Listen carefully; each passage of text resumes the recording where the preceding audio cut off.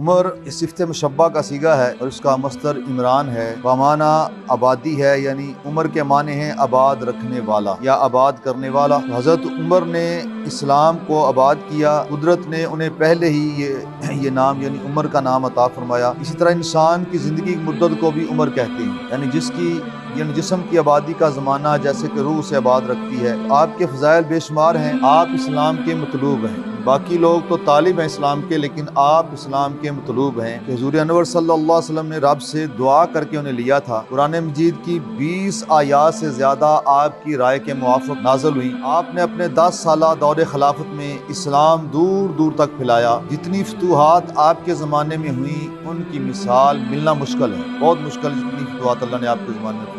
آپ مدینہ منورہ کی زمین مسجد نبوی شریف محراب النبی میں نماز فجر پڑھاتے ہوئے شہید ہوئے۔ آپ تقریباً 26 ذی الحجہ کو بدھ کے دن زخمی ہوئے اور محرم الحرام کی 1 تاریخ بتحقیق اتوار کے دن دفن کیے گئے۔ 63 سال کی عمر پائی آپ نے۔ یہاں پر بھی آخری وقت کے اندر بھی، عمر کے اندر بھی اپنے نبی پاک صلی اللہ علیہ وسلم کی اتباع کرتے ہوئے عمر بھی اتنی ہی ہوئی جتنی کہ آقا دو جہان کی 63 سال کی۔